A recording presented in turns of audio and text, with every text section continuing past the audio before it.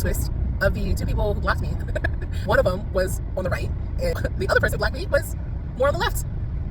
One was on the right, and it was a Fox News post that I was having that exchange with that person, basically defending Trump, and the comment originally that I was responding to was a racist comment about black people, and me and this other person who didn't even make the comment ended up going back and forth because he was just continuing the racist thought about black people. And then the other person who blocked me was more on the left, and he was, you know, more so anti-Trump and anti a lot of things.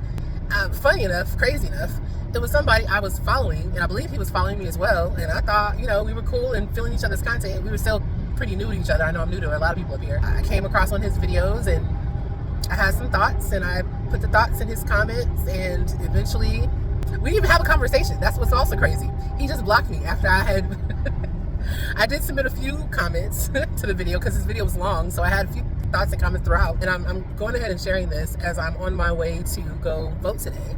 And that's kind of what he was speaking about. He was very angry about this. He basically was criticizing people on the left who are like, vote all blue today. Like, he was going in. He was so angry, and just basically saying how he just think, like, why are people, number one, thinking that that's gonna help, and then even worse in his opinion is like trying to encourage other people to do that. He's like, why and how are we not past the point of, number one, I guess voting in general, but especially like encouraging that let's just vote for the party that's opposite of the party that's doing the most damage right now. And I had some questions. Same with the racist questions, but also making some points and giving thoughts. With this brother, I was like, okay, so what's your solution? What do you think? How are you thinking things should go? And eventually, like, in my opinion, he took too far into the video to get to that point. And that's also kind of what I said. I didn't say too far, but I was like, you know, you buried the lead. Like, you should have led with this. The second half of his video was gold, but the first half I was like, and I can see how a lot of people will be turned off by the first half of his video, but you know, maybe he doesn't care about that. But if you're trying to get people to hear you, I mean, I would think you would kind of take that into consideration. But nonetheless, the second half, he was like, he thinks that the answer is for people to just stop working, basically stop helping the rich become richer and funding them and different things like that. But his biggest thing was to just like stop working. Everybody stop working. And the thing is, I feel that. I think that if things were ideal, or even just more ideal than where we are, that would be one of the best solutions that we could try to implement. In addition to, let's stop shopping as much as we can. Like, that's one we're already trying to, like, a lot of people are trying to work on. I feel like that's a strong one too, and it's related. They're related, right?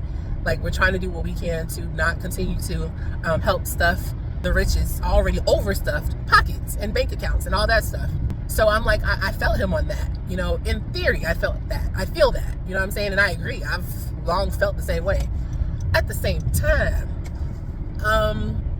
you know, the reality is a lot of people are either unwilling to do that or they can't. It's a lot harder for them to do that, whether they have children or other, you know, family members that they got to help take care of, or just even taking care of themselves and not really having too many other resources or money to be able to do so if they were to just stop working. A lot of people don't have savings or cushion or whatever to be able to do that. It is a bit of a privilege, especially if you're a person that could just stop working like reasonably comfortably.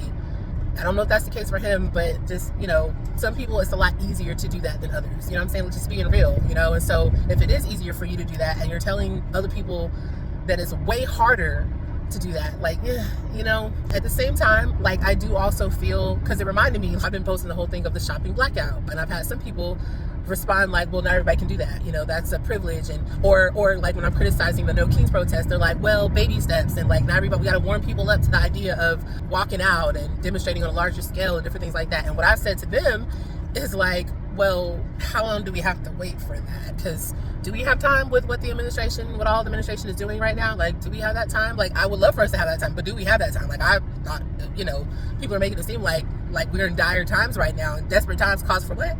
But I was saying that there are people out there who are able, lots of people who are able to do those things, make that kind of sacrifice, and they just still don't, or they won't, they're unwilling to.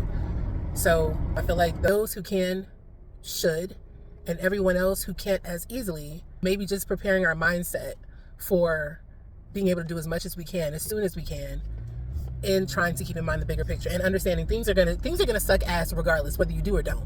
So wouldn't you at least rather like do, at least to some extent, and like having some type of control and say so over the ass sucking than just, you know, things sucking because someone else is doing things to you? I'm just saying. But I feel like that's different from what this guy was talking about, that people just basically shouldn't worry about voting or voting all blue and should only just focus on like not working. I feel like both things can be true. Just like with many things in life, both things can be true. The people who can just stop working and stop helping these corporations grow and strengthen even more than they already are should and hopefully will as much as possible. And then those who, find it harder to do that, just whatever you can do as much as possible. And also, like, one of the questions I asked him, I was like, so what are we supposed to do in the meantime? Because especially realistically, everybody and even, most people are not going to do that, or at least not right now. People are not desperate enough. They're not angry enough yet. When will that happen? Will that ever happen in America? Who knows? But at least as of now, where it stands now, there's not enough people willing to do that. So it would be great if they were and would be able to, but that's just like reality, #reality. So given #reality, what are we going to do in the meantime? And I feel like one of the things we can do in the meantime is to basically slow the bleeding. And slowing the bleeding does mean voting. That's one of the things. Are a lot of the options on the blue side terrific? Absolutely not. A lot of people who knows what it is, if you know that both sides have significant issues and are toxic and all that stuff in all kinds of ways. Like the people in power on both sides are highly problematic. It just in different ways. In some cases overlapping ways. Fair enough. However, so I was like, so do you think the solution is to just not vote and then just like readily hand it over and easily hand it all over to all the red? Is that like the ones that are causing the most harm and will continue to cause even more harm and wish they could cause even more harm than they already are causing? Are we saying that solution then is to just step aside and just let them, while most people are going to continue to work and not work? And what I also acknowledged in my comment was like, I understand the risk of continuing to voting all blue or as much blue as possible. There's a risk of continuing the status quo. So let's say many people go out and vote all or mostly blue today. A lot of the blue side wins. A lot of Democrats win as a result. And even they're able to like upset or slow down some of the, conservative and red harmful agenda that's happening.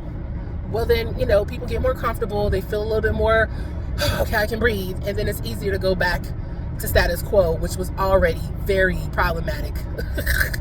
We still have not experienced anything actually truly healthy and good for the majority of American people yet in American history in general. Like, we're talking about like the majority and especially, disenfranchised populations. That has yet to happen. So, and, we're at a place that's already pretty damn bad and people are still struggling to get on board with like fighting back against that and being willing to sacrifice and things like that. So you give them a little more comfort, a little more safety, a little more ease. Right back to regular Netflix binging and Christmas shopping and whatever else that we were doing before in full force. Black Friday, all that stuff. Just like before, you know what I'm saying? And that we don't want that, you know what I'm saying? Like that is a significant risk. We don't want that. That's basically kind of like a step back in a different kind of way. Like, it's worse and worse. Like, we don't, and this is what I was trying to tell him. It's like, we really don't have any really solid, realistic options. Like, so it's like people are really just trying to figure out the best thing to do of the shit hands we've been broadly dealt with all of this. And so, yes, that is a risk if we go in and we vote overwhelmingly blue and overwhelmingly blue wins. That is a risk. But you want to know what's also a risk? Not voting and then all red win, or mostly red wins. And Trump and Congress and the Supreme Court and all of them are able to do what they want to do even more easily than they planned and thought and what they'd hoped and dreamed. Like, bruh, worse and worser. I just feel like we need a little bit of both. Let's do both. As many people who cannot work, don't work. As many people who cannot shop, don't shop. And then also, we do need to slow the bleeding a little bit. Like, let's not make the crazy agenda happening right now so damn easy for the ones who are doing it. You know what I'm saying? Like, and yes, that means, I know the voting system is far from perfect, man. It's significantly problematic. Amen. Voting all blue is significantly problematic. Amen. But what other options do we have at this point? Let me be clear. What other options do we have that most people are going to get on board with? And that people are going to get on board with. There's things I by myself can do and other people like me can do, but is that enough to matter in the immediate future?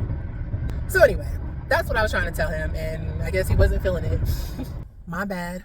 Sorry. Or not sorry.